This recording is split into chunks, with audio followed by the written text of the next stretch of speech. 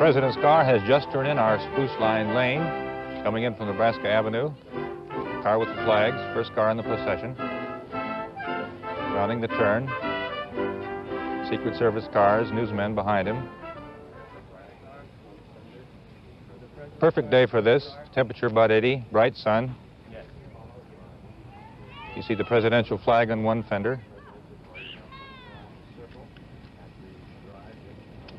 President riding in the back with two men,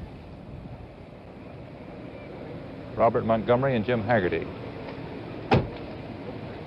The President is being greeted by Carlton Smith, General Manager of WRC, and by Robert Sarnoff, President of the National Broadcasting Company. Robert Montgomery, the President's TV advisor. Jim Haggerty being greeted by Mr. Sarnoff. They come inside. The President looks up. The President has expressed a desire to see the technical facilities inside. He will be taken below by Mr. Smith and Mr. Sarnoff, and then come up to Studio A for the dedicatory ceremonies. Meanwhile, a great number of dignitaries have arrived there. For that story, to David Brinkley.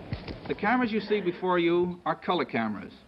They are now transmitting a black and white picture.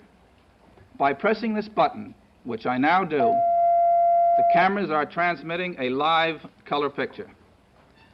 When you step before them, you will be making your first appearance on color television from Washington. 3,000 miles away in our studios in Burbank, California, this entire program is being recorded on electronic tape. The picture, the color, the sound are being captured for posterity through this recording system which NBC began using on a full-scale basis only last month to change to daylight time. It will permit us, sir, to retelecast this program to many sections of the United States several hours later today, and with such true fidelity that millions of Americans will see this ceremony as though it were being enacted at that time. I have a strip of this new tape. I have asked our engineers to make 2 tape copies of this program. One will be sent, Mr. President, to the White House for your personal retention. The other will be presented to the Library of Congress so that its archives may permanently possess a visual record in color of this significant occasion. Now we have created one further remembrance.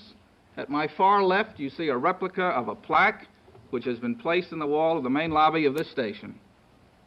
This plaque commemorates your participation in the dedication. It is intended as an enduring reminder to all who enter this building of the honor paid us on this day, and beyond that, of our obligation to continue strengthening the broadcasting bonds between Washington and the nation. And now, ladies and gentlemen, the President of the United States.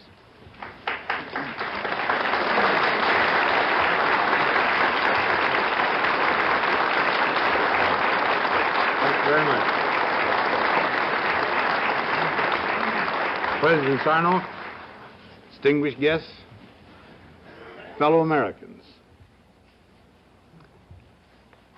I think all of us realize that in these fast-moving times, it is highly important that our nation's capital should be attached to every single citizen in this country by the very fastest, best kind of communications. Decisions of a nation and of a government that at one time could tolerate 3 or 4 weeks of study now demand almost instantaneous reaction. So it is again apparent that unless our citizenry can be informed of the things that happen in the world and are reflected through the eyes of legislative and executive leaders in such a way that they may understand exactly what these things mean, then the United States cannot react as it should. Now, today, as I came through this building, which will itself make these communications better, more rapid, more comprehensive, I was completely overwhelmed by the technical complexities and problems that the broadcasting industry has been solving.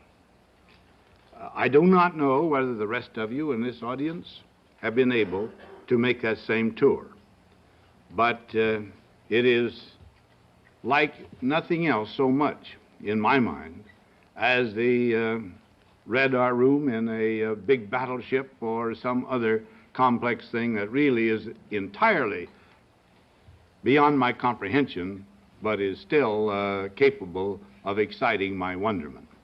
So I cannot fail to congratulate, to felicitate the National Broadcasting Company for this particular step in the communication, in developing the communications industry of our country. I felicitate the officials of the company, and I must say I congratulate every citizen whose understanding of this nation, of the world, will be made better and fuller by this development. Thank you very much.